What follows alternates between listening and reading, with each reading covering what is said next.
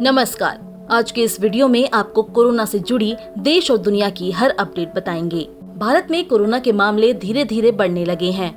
पिछले 24 घंटे में 44,230 नए कोरोना के मामले दर्ज हुए हैं। वहीं 42,360 मरीज कोरोना से ठीक हुए हैं। रिकवरी रेट की बात करें तो ये 97.38% है। भारत में कुल सक्रिय मामलों की बात करें तो संख्या रोजाना बढ़ रही है। फिलहाल देश में एक्टिव केस 4,05,155 हैं। कोरोना के फैलने और बढ़ते हुए मामलों का संकेत देने वाला आर फैक्टर में भी धीरे धीरे बढ़ोतरी हो रही है। केरल और पूर्वोत्तर के राज्यों में आर वैल्यू शीर्ष स्थान पर पहुंचने से महामारी के एक बार फिर फैलने की चिंता बढ़ गई है। केरल में लगातार कई दिनों से रोजाना डराने वाले आंकड़े सामने आ रहे हैं। आंकड़ों को देखने के बाद ये तक कहा जा रहा है कि देश में संभावित तीसरी लहर केरल से ही दस्तक दे सकती है। देश में कोरोना की तीसरी लहर अगले सप्ताह तक आने का अनुमान लगाया गया।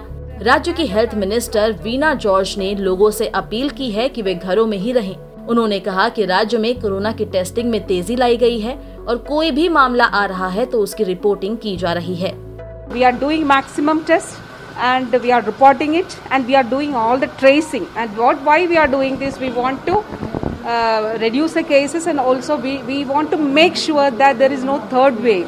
So we want to make all the situation under the control. So we are doing maximum tests. That's why positive cases are more these days. वहीं महाराष्ट्र के स्वास्थ्य मंत्री राजेश टोपे ने कहा, केरल में मामलों में वृद्धि को तीसरी लहर की शुरुआत के रूप में देखा जा सकता है। अभी केरला में जो केसेस बढ़ रहे हैं, केरला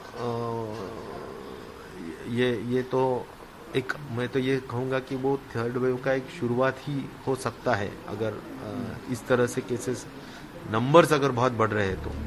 महाराष्ट्र के स्वास्थ्य मंत्री राजेश टोपे ने ये भी कहा कि मुंबई सहित 25 जिलों में कोरोना से जुड़ी पाबंदियों में ढील दी जा सकती है, जहां कोरोना संक्रमण दर राज्य की औसत दर से कम है।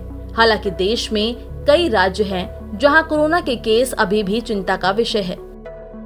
इसी बीच 2 अलग अलग वैक्सीन की खुराकों को मिलाकर ट्रायल देने का विचार भी किया जा रहा है।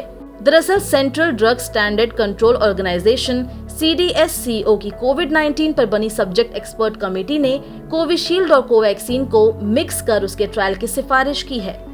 कोरोना को जल्द से जल्द खत्म होने के लिए देश और दुनिया की सरकारें अपने काम पर लगी है, लेकिन कोरोना वायरस का डेल्टा वेरिएंट दुनिया के कई देशों में तेजी से फैल रहा है। अब WHO ने ये कहा है कि डेल्टा वेरिएंट के प्रकोप के कारण मिडिल ईस्ट में कोरोना की चौथी लहर आ गई है। WHO ने कहा कि हाल के हफ्तों में नए मामलों और मौतों की संख्या में वृद्धि है। अधिकांश नए मामले और अस्पताल में भर्ती मरीज बिना टीकाकरण वाले लोग हैं। हम अब पूरे क्षेत्र में कोविड-19 की चौथी लहर में हैं।